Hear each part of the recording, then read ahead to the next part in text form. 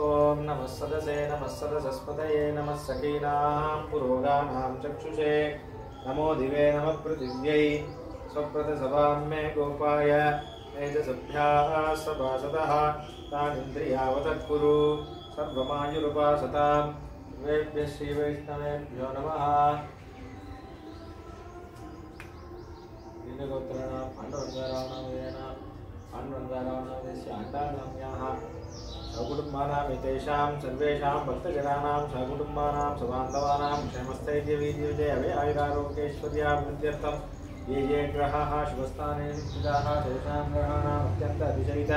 शुभफलप्रदातृत्वसिद्ध्यर्थं ये ये ग्रहाः शुभेतरस्थानेषु स्थिताः तेषां ग्रहाणाम् अनुकूलतावाप्त्यर्थं भगवद्भागवत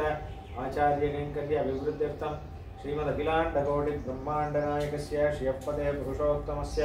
जगत्कुटुम्ब्याः जगद्रक्षणार्थमवतीर्णस्य श्रीमन्नारायणस्य पुरुषोत्तमस्य अस्मिन्नग्रहारे श्री रुक्मिणी सत्यभामा गोदादेवी समेत श्री वेणुगोपालस्वामी दिव्यालये एकादशी प्रयुक्त अवतार महोत्सवाङ्गत्वेन राज्यराष्ट्र अभिवृद्ध्यर्थं लोकक्षेमार्थं पंचगन्धश्रवणाञ्च कर्मकर्तुं योगिराजिं भवान्तो महान्तो अनुगृह्णन्तु ददातु योगिराजिस्तु।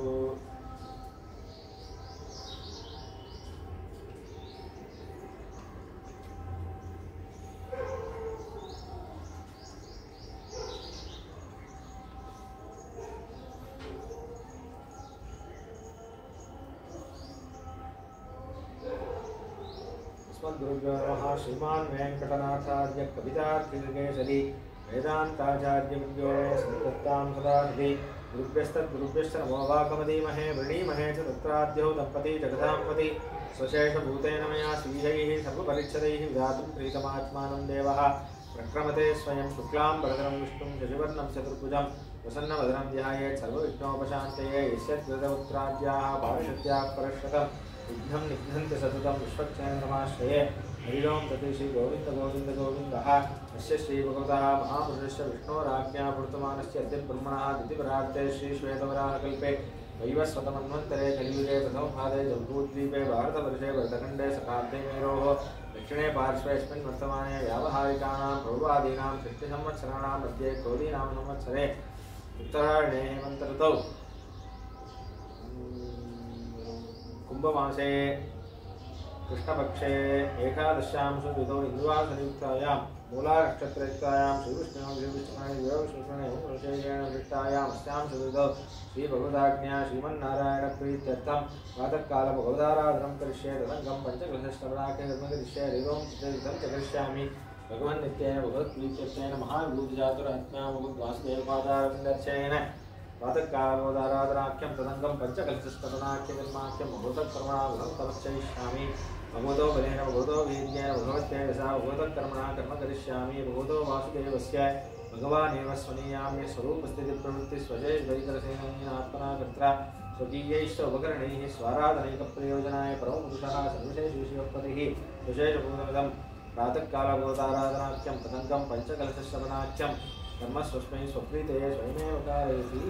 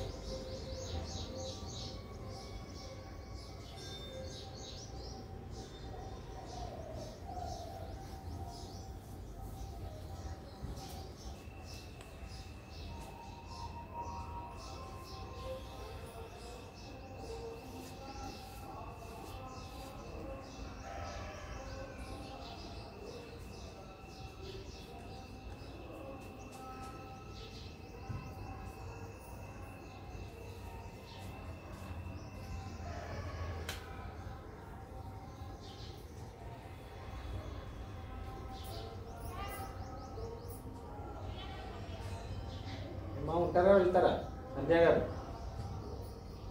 ఉంటారా వెళ్తారా అది సరే ఫ్లైట్ 11:30 ఉంది. సరే 8కి వెళ్తామంటే అమ్మ పొద్దున వచ్చి దర్శనం చేసుకొని పోవాలి. సరే ఇదిగో సంతోష్ మాయాపురం వెళ్తున్నా సంతోష్ వెళ్ళి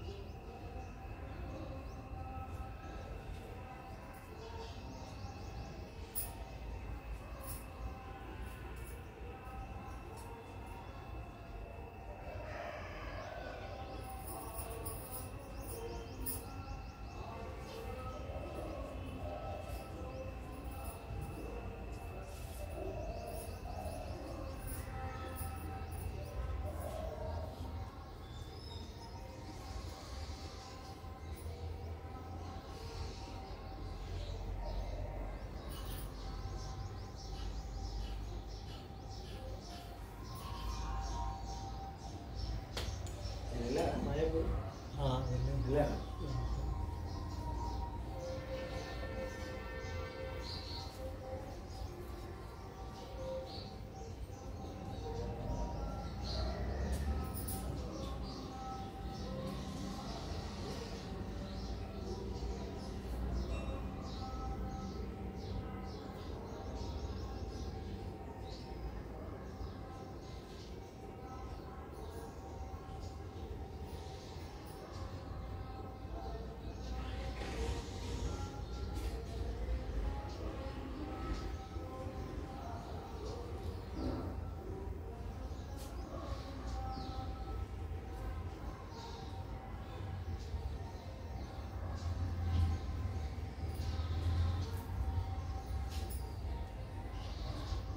కోల్కతాలో ఉన్నాను 6 months. అదే చెప్పారు వెళ్ళలేకపోయాను. చాలా అనుకున్నాను వెళ్ళాలని. అంటే కోర్ట్ సైడ్ కదా హైటెక్ సిటీ సైడ్ అక్కడ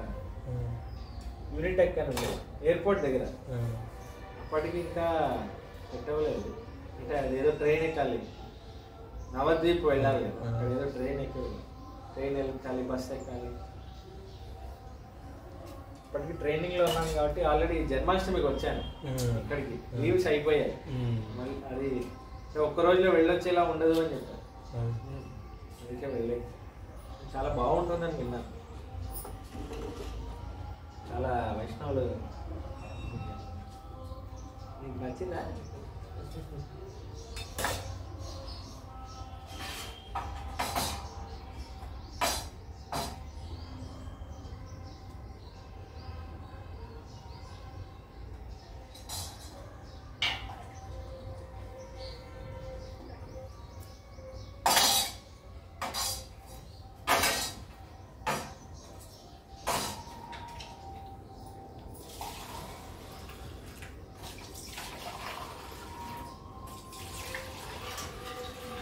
రామాయణం వింటుంటే లక్ష్మీదేవి గురించి చాలా బాగా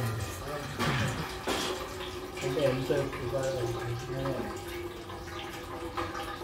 రెండు శూర్పణఖ ఫస్ట్ లక్ష్మీదేవి దగ్గరికి వెళ్ళిండే, రాముడు ఏకప్రతి వరకు ఉండేవాడు కదా.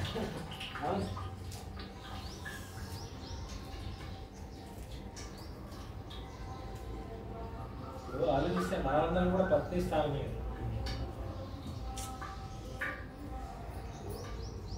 మనల్ని అలో చేసేది ఆవిడ. అదే తిరుపాయిలో చెప్పాను కదా, ఆవిడ హృదయంలో ఉండే స్థానం అది మనకి ఇస్తుంది. ఎవరు అలో చేస్తారు? కౌస్తుభం. అందుకే సైడ్కి సేమ్ లెవెల్లో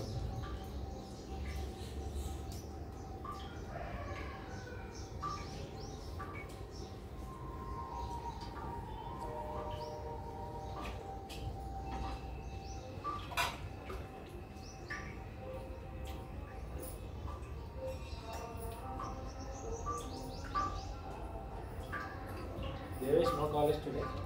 ఎక్కదన్న ఫోన్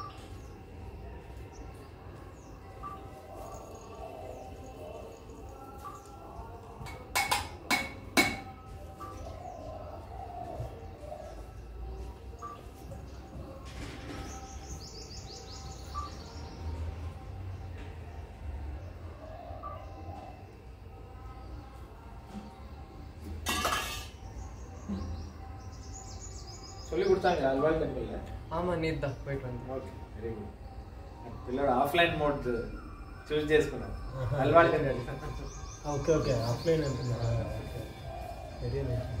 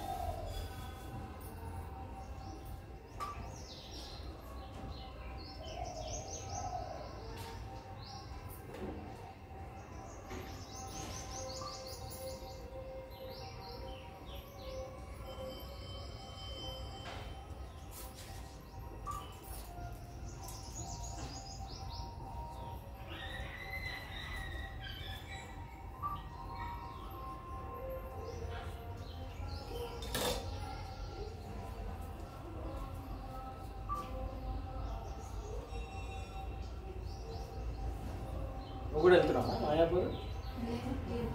ఎయిర్పోర్ట్ వెళ్తున్నా. సరే.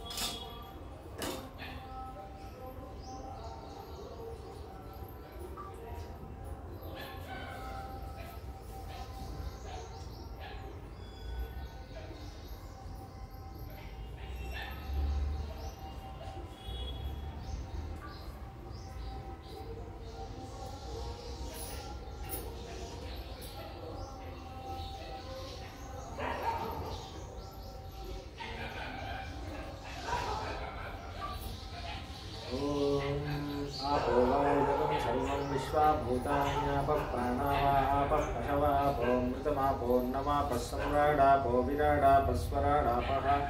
छन्दागस्यापो ज्योतिगस्यापः सत्यमापः सर्वा देवता आपो भूर्भुवः स्वरापो हिरण्यशृङ्गं वरुणं प्रपद्ये तीर्थं मे देहि याचितः यन्मया भुक्तमसाधूनां पापेभ्यश्च प्रतिग्रहः यन्मे मनसा वाचा कर्मणा वा दुष्कृतं कृतं तन्न इन्द्रो वरुणो बृहस्पतिः सविता च पुनन्तु पुनः पुनः सुमित्राणः पवोषधयः सन्तु दुर्मित्रास्तस्मै भूया सूर्योऽस्मान् द्वेष्टियं च वयं विष्मः नमोऽग्नये सुमते नम इन्द्राय नमो वरुणाय नमो वारुण्यै नमोऽद्भ्यः यदपां क्रूरं यदवेद्यं यदशान्तं तदपगच्छतात् अत्याशनाददीपानाद्यच्च उग्रात् प्रतिग्रहात् तन्नो वरुणो राजा पाणिनाः शवमर्षतु सोऽहमपापो विरजो निर्मुक्तो मुक्तकिल्बिषः नाकस्य पृष्ठमारुह्य गच्छेत् ब्रह्मसलोकताम् इमं मे गङ्गे यमुने सरस्वतिषु तुद्रिस्तोमगुं सचतापरुष्णिया असिग्निया मरुद्वृते वितस्तयार्चीकीये शृणुष्याशुषोमया कृतं च सत्यं चाभीद्धात्तपसोऽद्यजायत ततो रात्रिर्जायत ततः समुद्रो अर्णवः समुद्रादर्णवादति संवत्सरो अजायत अहोरात्राणि विदधत् विश्वस्य मिषतो वशी सूर्या चन्द्रमसौ धाता यथा पूर्वमकल्पयत् दिवं च पृथिवीं चान्तरिक्षमथो सुवः यत्पृथिव्यागं रजस्वमान्तरिक्षे विरोधसी एष भूतस्य भव्ये भुवनस्य गोप्ता एष पुण्यकृतान् लोकान् एष मृत्योर्हिरण्मयम् ध्यावा पृथिव्योर्हिरण्मयं सग्निश्रुतगुं सुवः स नः सुवत्सकं शिशाधि आर्द्रं ज्वलति ज्योतिरहमस्मि ज्योतिर्ज्वलति ब्रह्माहमस्मि योऽहमस्मि ब्रह्माहमस्मि अहमेवाहं माञ्जुः विश्वाहाः कार्यकार्यवकीर्णेस्तेनो भ्रूणः गुरुतल्पकः वरुणोपामकमर्षणस्तस्मात् पापात् प्रमुच्यते पुनन्तु ऋषयः पुनन्तु वसवः पुनातु वरुणः पुनात्वकमर्षणः अजो भूमिस्त्वमागुं रोजयस्व प्रवदन्ति धीराः आक्राहान् समुद्रपदमे विदर्मन् जनयन् प्रजाभुवनस्य राजाः वृषा पवित्रे अधिशानो अव्ये बृहत्सोमो वावृते सुवान इन्दुः ओम शांति शांति शांति।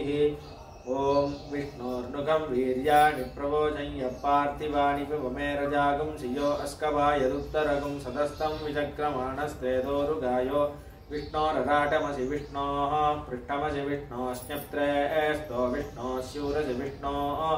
ध्रुवमसि वैष्णवसि विष्णवे त्वाम् आप्यायस्व समेदुते विश्वतः सोमवृष्णियं भवावाजस्य संगते ओम इदं विष्णुर्विचक्रमे त्रयदानिदते पदं अमूढमस्य वागुं सुरे नदिश्रावण्णो कारुषं विष्णोरस्वस्य वाजिनः सुरभिनो मुखाकरतप्रण आयोगं शितार्षत् ओम ईष्टते लक्ष्मीश्च पत्न्योः अहोरात्रे पार्श्वे नक्षत्राणि रूपम् अश्विनौ व्यात्तम् इष्टं मणिषाण अमुं मणिषाण सर्वं मणिषाण मधुवातारितायते मधुक्षरन्ति सिन्धवः मान्वीर्नः सन्तोषधीः मधुनक्तमुतोषधि मधुमत्पार्थिवमिन्द्रजः मधुद्यौरस्तु नः पिता मधुवान्नो वनस्पतिर्मधुमागुं मत्सु सूर्यः माद्यैर्गावो भवन्तु नः ॐ नारायणाय विद्महे वासुदेवाय धीमहि तन्नो विष्णुः प्रचोदयात् ओम याफलिनीर्या फला पुष्पायाश्च पुष्पिणीः बृहस्पतिं प्रसूतास्तानो मुञ्चन्त्वगुंहसः श्रियै जातस्य आनिर्याय श्रियं वयोजनितृभ्यो ददातु श्रियं वसाना अमृतत्वमायन् भजन्ति सद्यः समिधा मिथध्यून् श्रियैवैनं तत्श्रियामा ददाति सन्ततं चावशकृत्यं सन्दत्तं सन्धीयते प्रजया पशुभिः एवं वेद गन्धद्वारान्तुरादर्शान् नित्यपुष्टाङ्करीषिणीः ईश्वरीगं सर्वभूतानां तामिहोपक्वये श्रियम्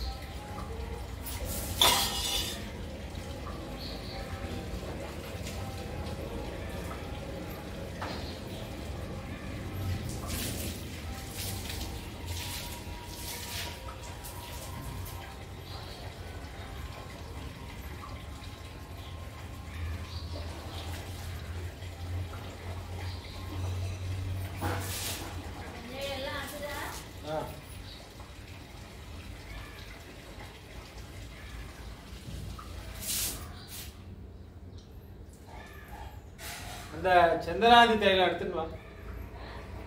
சந்தனாதி தைலம்னு ஒன்று இருக்கும் பார் பாட்டில் உள்ள எடுத்துருவோம். அம்மா கொடு. தேவேஸ்வரன் கொடுமா.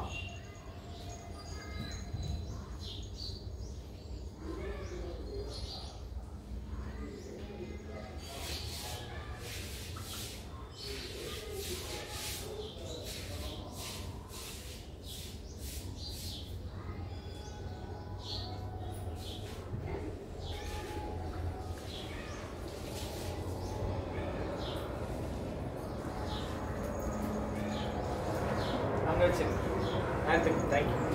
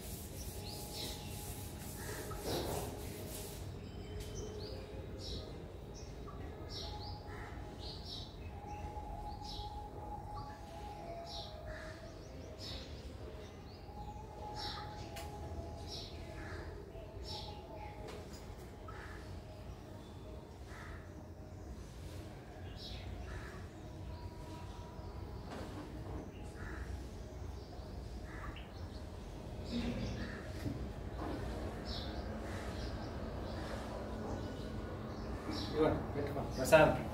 నూనె ఎప్పుడైనా ఇంటికి వెళ్ళి స్నానం చేసి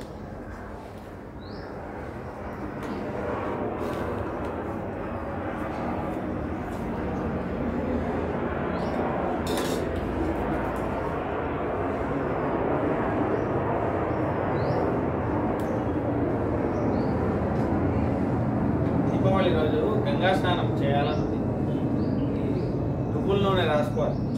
ఈరోజు సూర్యోదయం ముందు. అయితే మన అవబెల మండలంలో ఏం చేస్తారంటే మాలోలకి నూనె రాసి గంగా స్నానం చేస్తారు. చేశాక నూనె శీకాయ పొడి శిష్యులందరికీ ఇస్తారు. మార్నింగ్ 4 o'clock వెళ్తే అది ప్రసాద్ వైసింగర్ తన చేతితో ఇస్తారు. అది తీసుకొని స్నానం చేయాలి. అది ఒక అలవాటు అవబెలవాటం.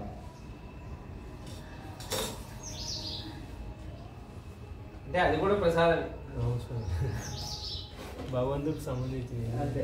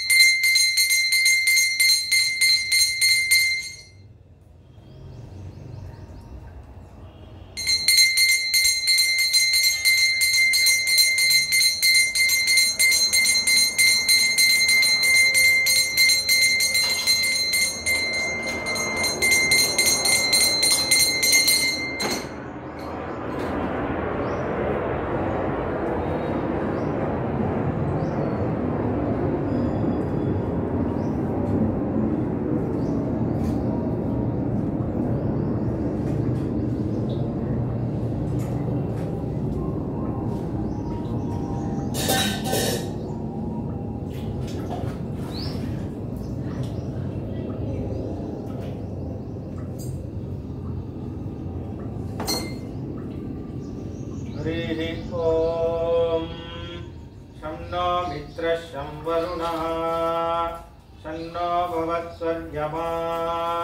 शं न इन्द्रो बृहस्पतिः शं नो विष्णुरुक्रमः नमो ब्रह्मणे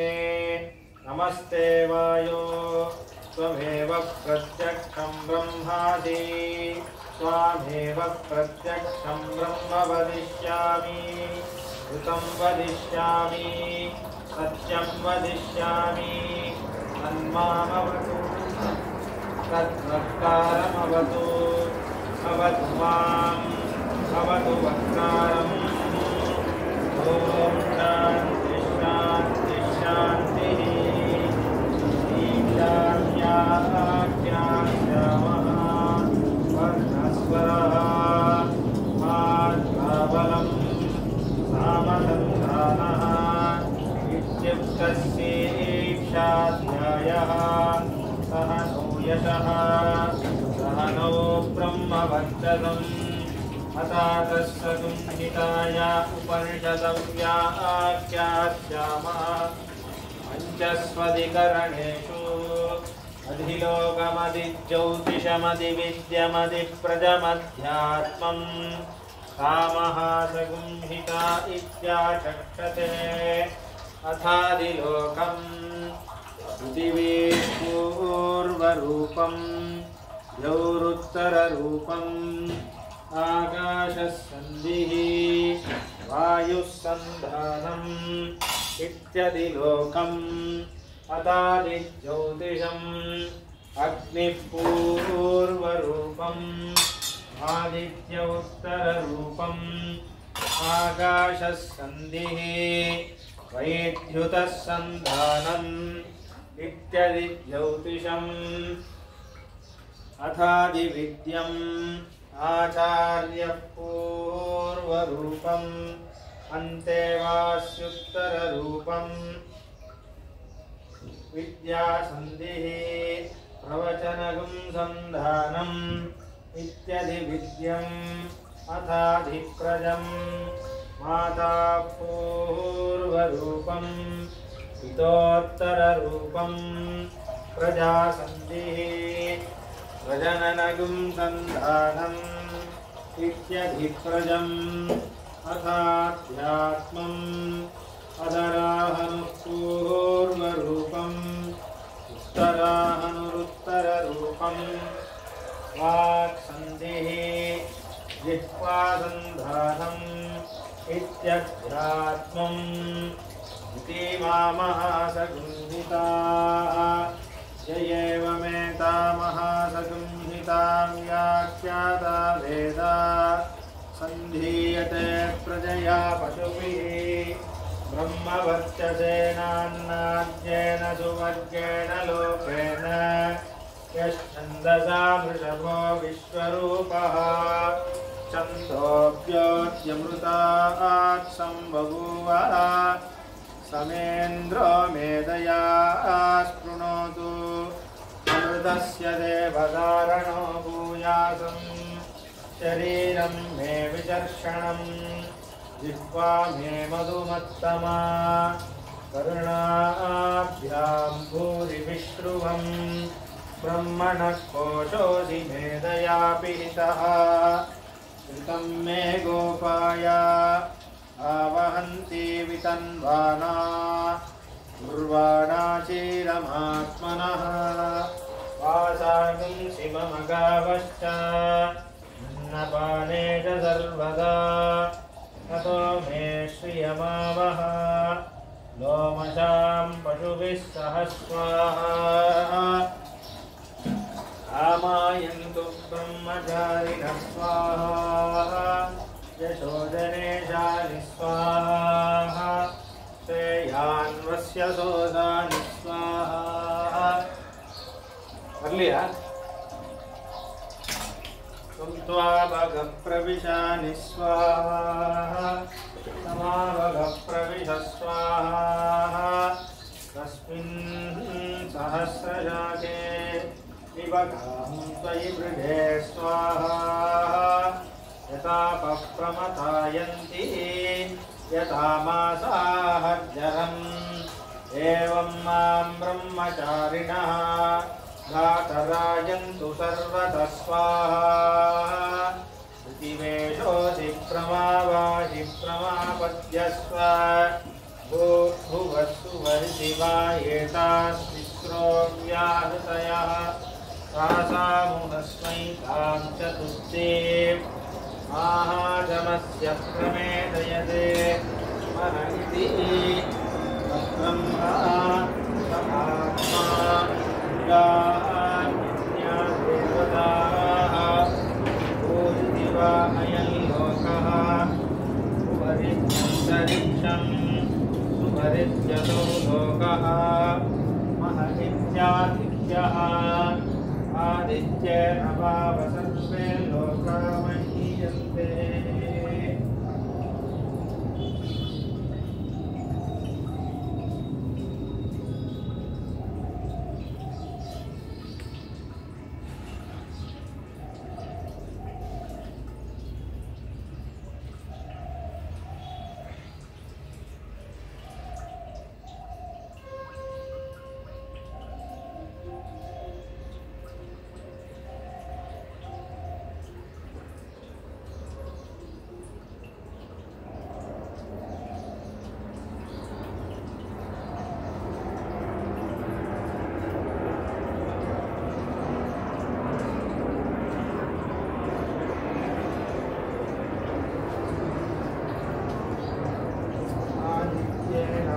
सर्वे लोका महीयन्ते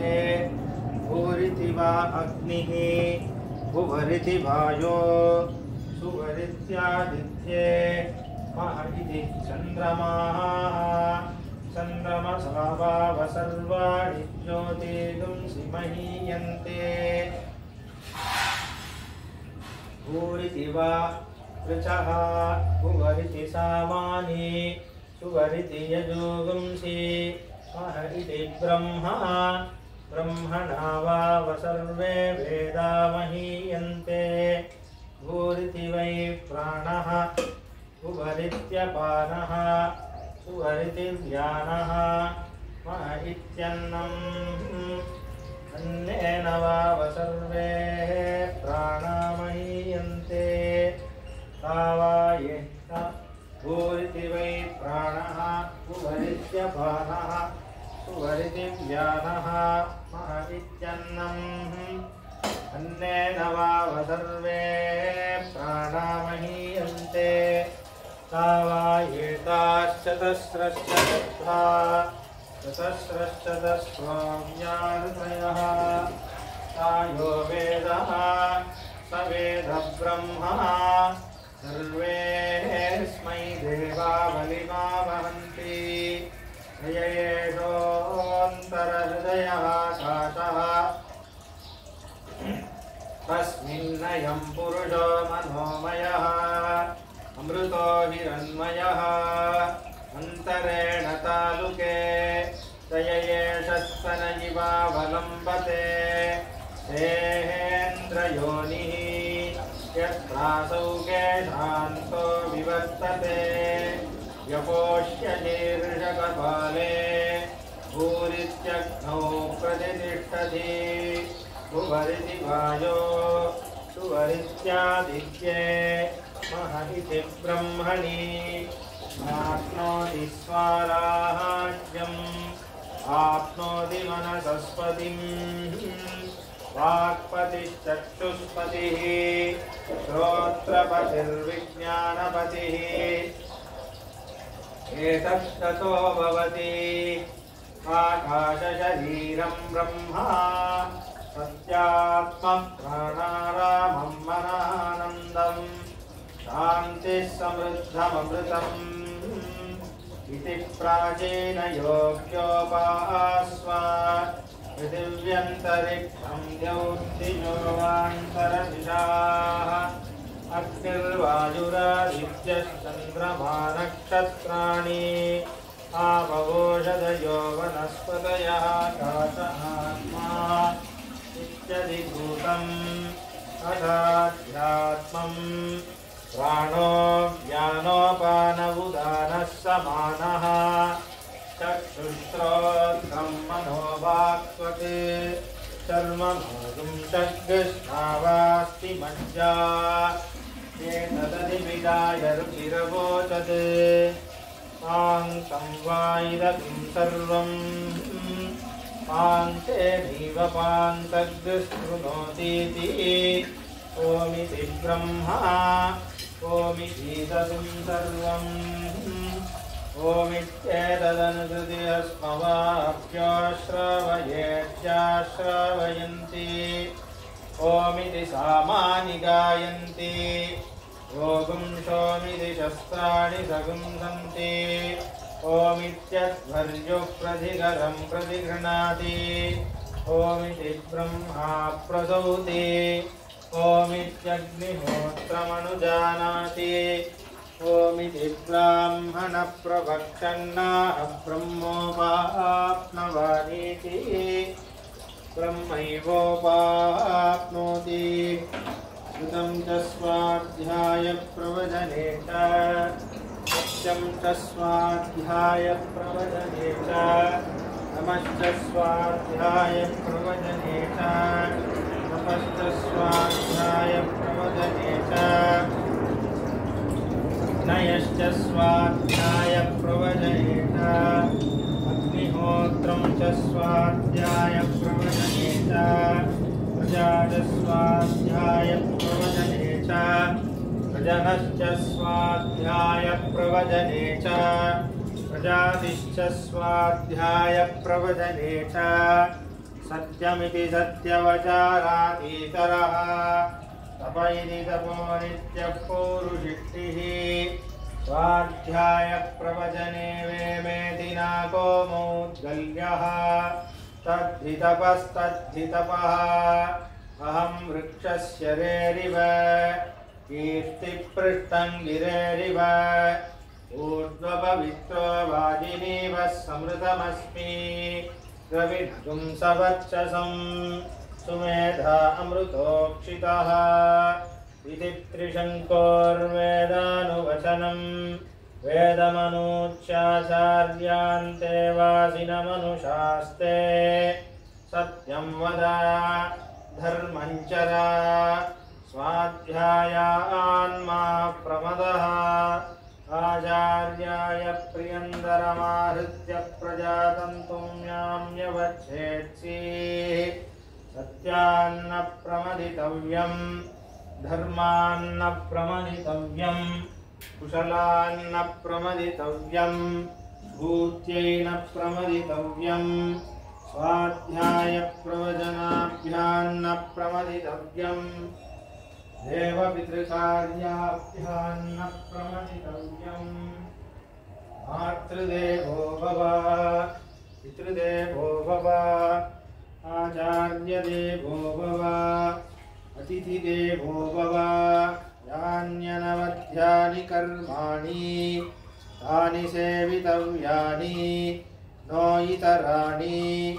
यान्यस्माकं सुचरितानि तानि त्वयोपास्यानि नो इतराणि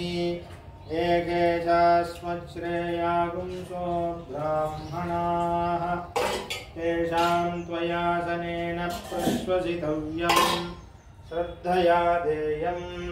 अश्रद्धया देयं श्रिया देयं प्रिया देयं धिया देयं संविदा देयम् अथ यदि ते कर्म विचिकित्सा वा वृत्तविचिकित्सा वा स्यात्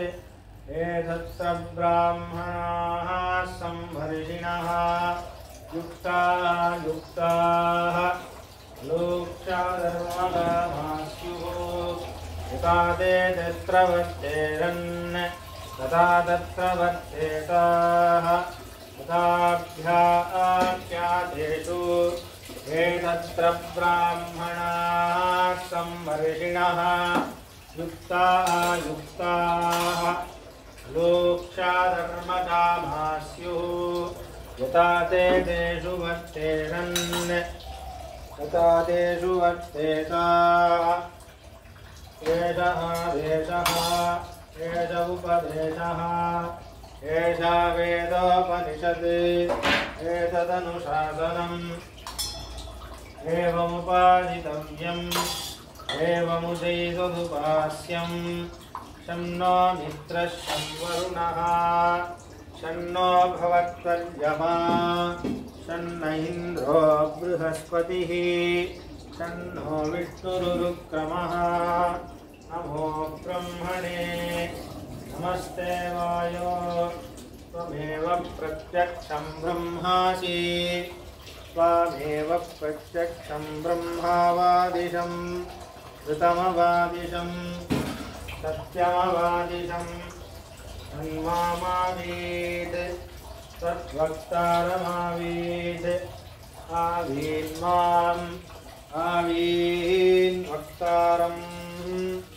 ॐ शान्ति शान्ति शान्तिः सहना भवतु सहनौ भुनक्तु सह वीर्यङ्करवावहै तेजस्विनावधीतमस्तु मा विद्विषावहै ॐ शान्ति शान्ति शान्तिः ब्रह्मविदाप्नोति परं सदेशाभ्युक्ता सत्यं ज्ञानमनन्तं ब्रह्म यो वेदनिहितं गुहायां परमेभ्यो मन्ये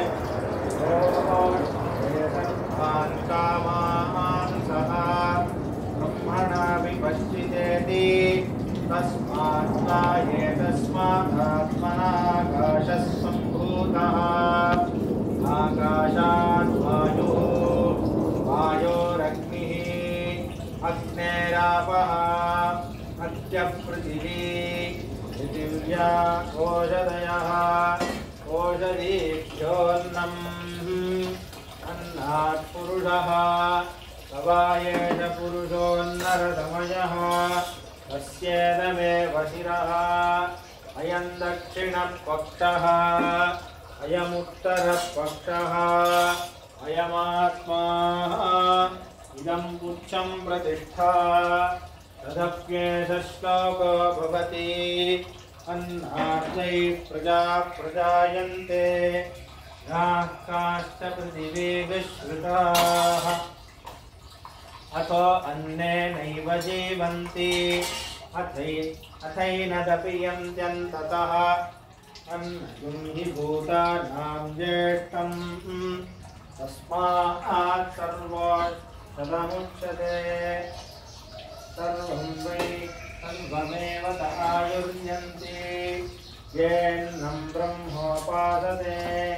अन्नं हि भूतानां ज्येष्ठं तस्मात् सर्वौषधमुच्यते अन्नात् भूतानि जायन्ते जातान्यन्नेन वर्धन्ते अद्यतेऽस्ति च भूतानि तस्मादन्नं तदुच्यत इति तस्माद्वा एतस्मादन्नरसमयात् अन्योऽन्तर आत्मा प्राणमयः तेनैष पूर्णः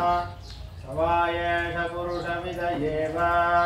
तस्य पुरुषविदताम् अन्वयं पुरुषविदः तस्य प्राण एव शिरः ज्ञानो दक्षिणः पक्षः अपान उत्तरः पक्षः आकाशात्मा पृथिवी पुच्छं प्रतिष्ठा तदप्येष श्लोको भवति प्राणं देवा अनुप्राणन्ति मनुष्याः पशवश्च ये प्राणो हि भूतानामायुः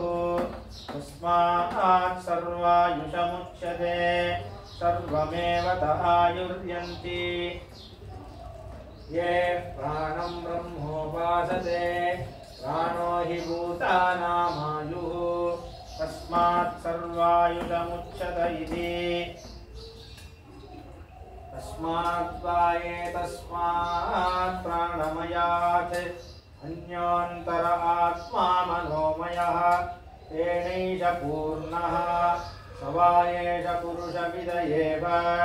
तस्य पुरुषविदताम् अन्वयं पुरुषविदः तस्य यजुरेव शिरः दिग्दक्षिणः पक्षः सामोत्तरः पक्षः आदेशात्मा अथर्वाङ्गिरसः पुच्छं प्रतिष्ठा तदप्येष श्लोको भवति यतो वाचो निवर्तन्ते अप्राप्य मनसा सह आनन्दं ब्रह्मणो विद्वान् अभिवेति कदाचनेति तस्माद्वा एतस्मान्मनोमयात् अन्योऽन्तर आत्मा विज्ञानमयः तेनैष पूर्णः स वा एष पुरुषविद एव तस्य पुरुषविदताम् अन्वयं पुरुषविदः तस्य श्रद्धैव शिरः ऋतं दक्षिणः पक्षः सत्यमुत्तरः पक्षः योग आत्मा महःपुच्छं प्रतिष्ठा तदप्येष श्लोको भवति विज्ञानं यज्ञं तनुते कर्माणि तनुतेऽपि च विज्ञानं देवाः सर्वे ब्रह्मज्येष्ठमुपासते विज्ञानं ब्रह्म चेद्वेद तस्माच्चेन्न प्रमाद्यते शरीरे पाप्मनो हित्वा सर्वान् कामान् समश्नुत इति तस्माद्वा एतस्माद्विज्ञानमयात् अन्योऽन्तर आत्मानन्दमयः तेनैष पूर्णः स वा एष पुरुषविद एव तस्य पुरुषविदता अन्वयं पुरुषविदः तस्य प्रियमेव शिरः मोदो दक्षिणः पक्षः समोद उत्तरः पक्षः आनन्दात्मा ब्रह्मपुच्छं प्रतिष्ठा तदप्येष श्लोको भवति असन्नेव स भवति असद्ब्रह्मेति वेद चेत् अस्ति ब्रह्मेति चेत् वेद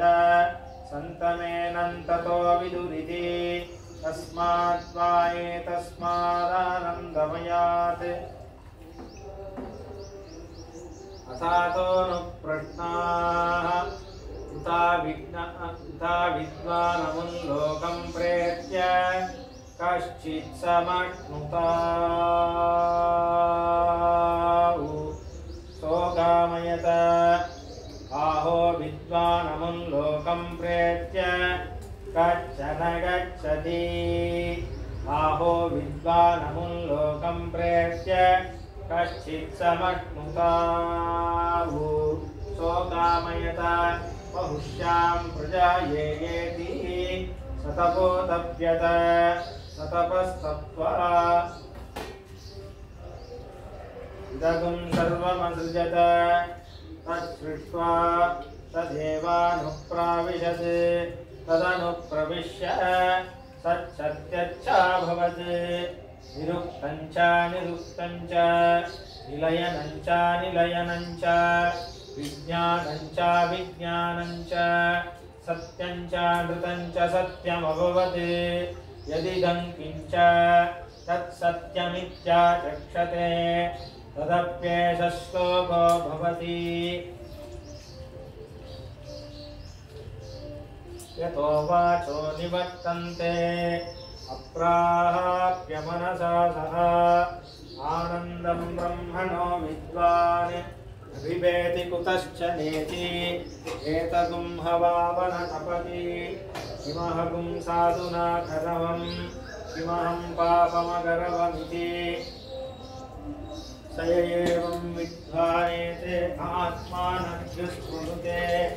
उभेक्ष्ये वैषयेते आत्मानग्स्पृणुते य एवं वेद इत्युपनिषत् सहना भवतु सहनौ भुनक्तु सह वीर्यङ्करवावहै तेजस्विनावधीतमस्तु मा विद्विषावहै ॐ शान्ति शान्ति शान्तिः हरिः ॐ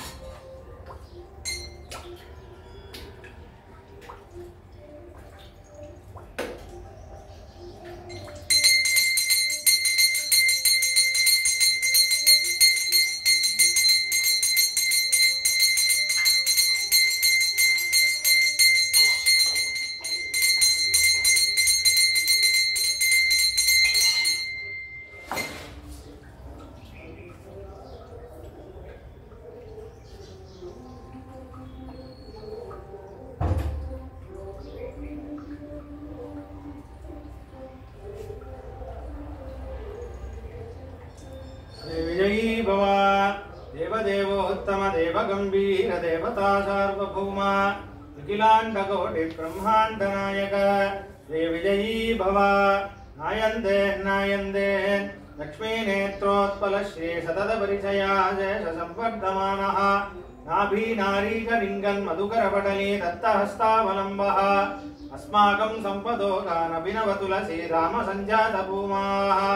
कालिन्दी कान्तिहारी कलयतु वपुषः कालिमा कैठवारे वन्दे वृन्दावनचरं वल्लभी जनवल्लभं जयन्ती सम्भवं धाम वैजयन्ती विभूषणम् अधराहितचारुवंशनालाः मकुटालम्बिमयूरपिञ्चमालाः हरिणीलशिला विभङ्गलीलाः प्रतिभाः सन्तु मम अन्तिमप्रयाणे यातन्वाना तरुणतुलसी धाम विश्वामविख्यां मातङ्गाद्रौ मरकदरुचिं पुष्णदे मानसेनः भोगैश्वर्यप्रियसहचरैः कापि लक्ष्मीकटाक्षैः भूयश्यामा भुवनजननीं देवता सन्निधत्ताम् चन्द्राननं चतुर्बाहुं श्रीवत्साङ्कितवक्षसं रुक्मिणी सत्यभामाभ्यां सहितं कृष्णमाश्रये कस्तूरितिलकं ललाटपलके वक्षस्थले कौस्तुभं नासाग्रे नवमौक्तिकं करतले वेणुं करे कङ्कणं सर्वाङ्गे हरिचन्दनं च कलयन् कण्ठे च मुक्तावलिं गोपस्त्री परिवेष्टितो विजयते गोपालचूडामणिं श्रीवत्सेन प्रतितविभवं श्रीफदन्यासदन्यां मत्यम्बाह्पोर्मदगदरुचिं पुष्णदे मानसेनः सान्द्रच्छायं तरुणतुलसी चित्रया वैजयन्त्याः सन्तापं मे शमयति यश्चन्द्रिकोदारहारम् कृष्णो रक्षतु नो जगत्त्रयगुरो कृष्णं नमस्याम्यहं कृष्णे नामरशत्रवो विनिहता कृष्णाय तुभ्यं नमः कृष्णादेव समुत्थितं जगदिदं कृष्णस्य दासोऽस्म्यहं कृष्णे तिष्ठति सर्वमेतदखिलं हे कृष्ण रक्षस्व माम् मानार्हं महता महानटजटः पर्यन्त निर्यन्त्रण क्रीडाबन्धुर सिन्धुराजमहिषें जन्मास्पदं तत्पदं मातङ्गाचलमौलिमण्डलमणेर्बन्दारु बृन्दारक श्रेणीशेखर पारिजातकलिका चूडालमीडामहे कमद्भुतं बालकमम्बुजे क्षणं पीताम्बरं साद्रपयोदसोपगं महार्हवैधूर्य किरीटकुण्डल विशापरिष्वक्तसहस्रकुन्तलम् उद्दामकाञ्चं गतकङ्कणादिभिः विरोचमानं वसुदेवैक्षत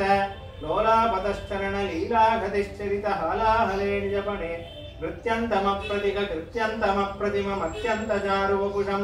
देवादिभिः समयसेवाधरित्वरितहेवाकघोषमुखरैः दृष्टापदानमततुष्टापशौरिमहिरिष्टावरोधसहितः அப்பங்கலந்த சிற்றுண்டி அக்காலம் பாலில் கலந்து சொப்பொடனான் சுட்டு வைத்தேன் இன்னலுருகியேல் நம்பி செப்பிட மென்முளையார்கள் சிறுபுறம் பேசிச் சிரிப்பர் சொப்பட நீராட வேண்டும் சோத்தம்பிரான் இங்கே வாராய் வம்மே ஹம்மே குதஸ்தத்ததவி குதயிதம் வேதமூல பிரமாணாத் ஏதச்சானாதி சித்தாத் அனுபவ விபவாத் தரிஹி சாக்ரோஷயேவ वाक्रोशः कस्य गीता दिशोम विदितः कोत्र साक्षी सुधी स्यात् हन्तत्वत्पक्षपाती स इति नृकलहे मध्यमध्यस्तवत्वं येला जातिलवङ्गचम्पकमिळत्तत्कोलमुस्तानिशा युग्मो क्षीरपटीरचारुविरसत्कर्पूरकाश्मीरवते स्नानीयं तपनीयभाजनप्रदं तीर्थं कृतार्थं कुरु स्नानात् श्रीयदुवंशनाथजगतिस्त्रायत्वतापत्रयात् மத்தக்களித்த வசுதேவர் தம்முடைய சித்தம் பிரியாத தேவகி தன்மையேற்றில் அத்தத்தின் 10 நாள் தோன்றிய அயர்வாரவோ விருந்தாவனத்திலே நின்று இட்டமான பசுக்களை இறுதி மறைத்து நீரோட்டி விட்டு கொண்ட உன் சிரமம் தீரவோ கானகமெல்லாம் திரிந்த உன் கரிய திருவேணி வட்டம் தீரவோ நான் மகளை பிரிந்து களைந்த உன் உடலழல் தாபம் தீரவோ தேவரீர் நீர்மகளோடும் நிலமகளோடும் வெள்ளிபுத்தூர் கோன் திருமகளோடும் திருமஞ்சனம் கண்டருளே மாரந்துணையடி கீழ் வாழ்வ யுகக்கும் ராமானுஜமுனி வன்மை போற்றும் சேர்மயன்யங்கள் தூப்புள் துரந்தரன் கண்டு கழித்து பல்லாண்டு பாட மஞ்சனமாடி அருள்வதே சோணாயதே மாதவ மௌளி மணிப்பிரவாபிஹி மந்தாகினி பவதி மங்கள மந்தஹாசைஹி गात्रां शिबिर्विषुमनेर् यमुनायते ते तीर्थत्रयं प्रकटयति अभिषेकवारी शोणाधरेऽपि कुचयोरपि तुङ्गभद्रा वाचां प्रवाहनिवहेऽपि सरस्वती त्वं अप्राकृतैरपि रसैर्विरजास्वभावात् गोदाभिदेवि कमितुर्ननु नर्मदासी जयतु देवो देवकी नन्दनोऽयं जयतु कृष्णो वृष्णिवंशप्रदीपः जयतु मेघश्यामलः कोमलाङ्गो जयतु पृथ्वी भारनाशो मुकुन्दः विधिविहितसपर्यां वीतदोषानुषङ्गाम् उपचितधनधान्यामुत्सवैस्त्यानहर्षां श्रियं क्वचिनु नित्यं रङ्गधाम्नः स्वरक्षां शमितविमतपक्षां शाश्वतीं रङ्गलक्ष्मीं वाழியருளாளர் வாழியணியத்திகிரி வாழியதிராஜர் வாசகத்தோர் வாழி சரணாகதி என்னும் சார்புடன் மற்றொன்று மரணாகக் கொள்ளாதார் அன்பு ஜெயதி யதிராஜ சூக்திஹி ஜெயதி முகுந்தஸ்ய பாதுகாயுகளி तदुभयधनास्त्रिवेदीमवञ्जयन्तो जयन्ति भुवि सन्तः कावेरी वर्धतां काले काले वर्षतु वासवः श्रीरङ्गनाथो जयतु श्रीरङ्गश्रीश्च वर्धताम् अरुळप्पाडु शङ्खधारा पद्मधारा सहस्रधारा पुरुषसूक्तम् अन्तर्मङ्गलवाद्यम्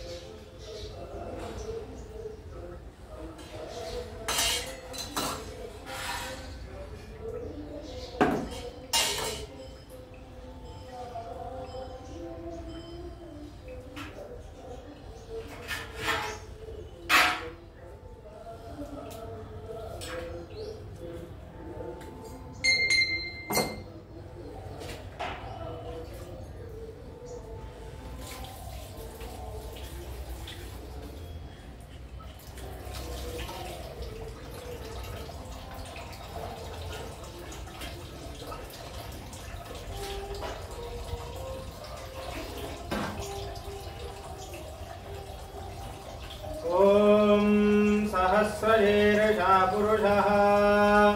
सहस्राक्षः सहस्रपात् स भूमिन् विश्वतो कृत्वा अध्यतिष्ठद्दशाङ्गुलम् पुरुष एवेदगं सर्वं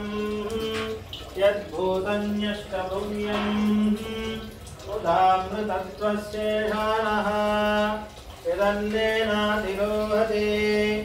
एतावानस्य महिमा अतोऽध्यायागिश्च पूरुषः पादोऽस्य विश्वाभूतानि त्रिपादस्यामृतन्ति त्रिपादोऽस्म उदयेत् पुरुषः पादोऽस्येह भवात् पुनः ततो विश्वं व्यक्रामते शासनादशने अपि तस्मात् विराट जायत विराजो अधिपुरुषः अजातो अत्यरिक्षत पश्चात् भूमिमतो पुरः यत्पुरुषेण हविषाः देवा यज्ञमतन्वत वसन्तो अस्यासीकाज्यम् ग्रीष्मशरद्दविः सप्तास्यासन् परिदयः त्रिसप्तसमिधः कृताः देवा यज्ञं तन्वानाः अवध्नन् पुरुषं पशुं संयज्ञं बर्हि विप्रोक्षन्ने पुरुषं जातमग्रतः तेन देवा यजन्त साध्यार्षयश्च ये तस्मात् यज्ञात् सर्वहुतः संवृतं वृषदाज्यं पशुगस्तागिश्चक्रे वायव्याने आरण्यान् ग्राम्याश्च ये तस्मात् यज्ञात् सर्वहुतः वृषः सामानि जग्निरे चन्दागुंसि जग्निरे तस्मात् यदुस्तस्मादजायत तस्मादश्वादजायन्त येकेनो भयानतः गावो हजग्निरे तस्माज्जाता अजावयः तत्पुरुषं व्यदतुः तदिधाव्यकल्पयन् मुखं किमस्य कौ बाहूर्मादा उच्यते ब्राह्मणोऽस्य मुखमासीत् बाहुराजन्यकृतः पूर्व तदस्य यद्वैश्यः पद्यागं शूद्रो अजायत चन्द्रमा मनसो जातः चक्षुः सूर्यो अजायत मुखादिन्द्रश्चाग्निश्चात् प्राणात् वायुरजायत नाभ्यादेदन्तरिक्षम् शीर्ष्णौभ्योः समवर्तत अभ्यां भूमिर्दिशश्रोत्रात् तथा लोकागमकल्पयन् वेदाहमेनं पुरुषं महान्तम् आदित्यवर्णं तमसस्तु पारे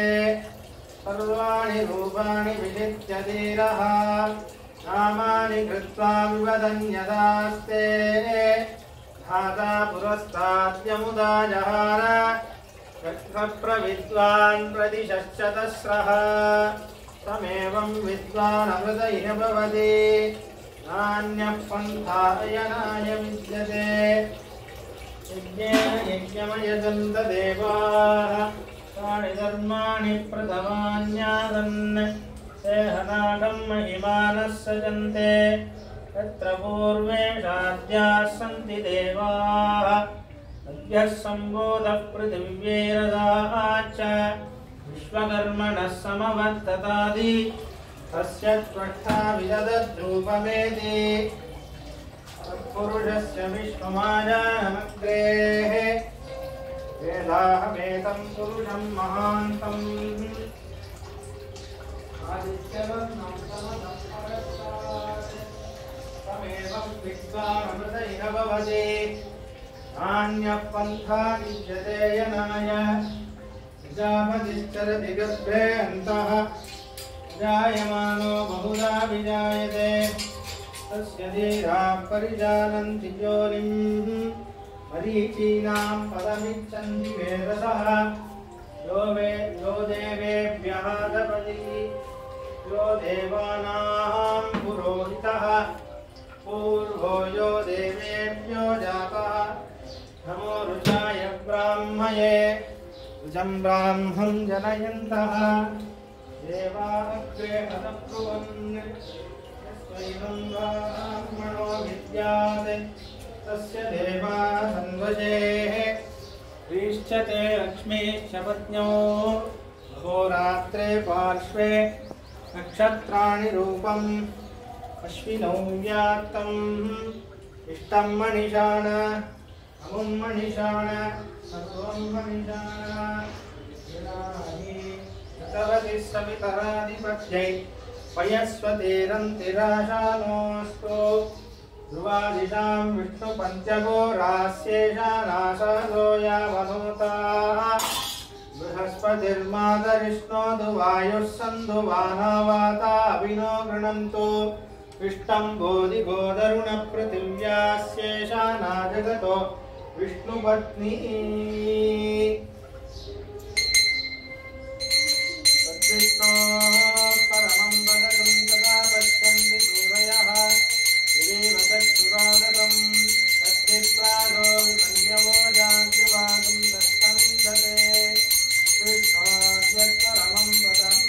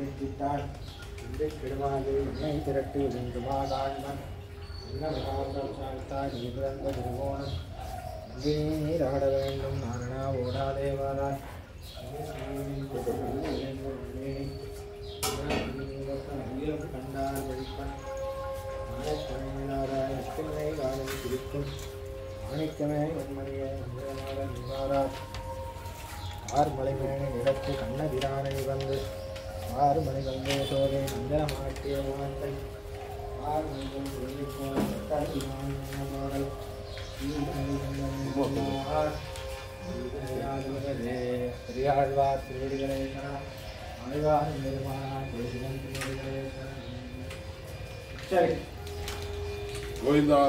गोविंदा वेंकटरमण गोविंदा गोविंदा आपदमुक्तिवारा नागरक्षका गोविंदा गोविंदा जय जय श्री कृष्ण जय जय श्री कृष्ण जय जय श्री कृष्ण श्रीमती रामानंद श्रीमते रामानंद जय रामानंद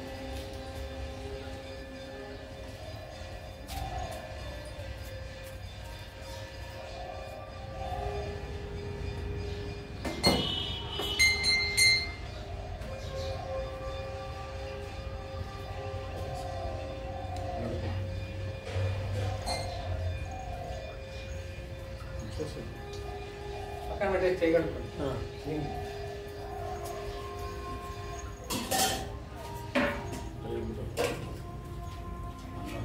ఆఫ్ పండి బా సెల్ ఫోన్ ఆఫ్ పండి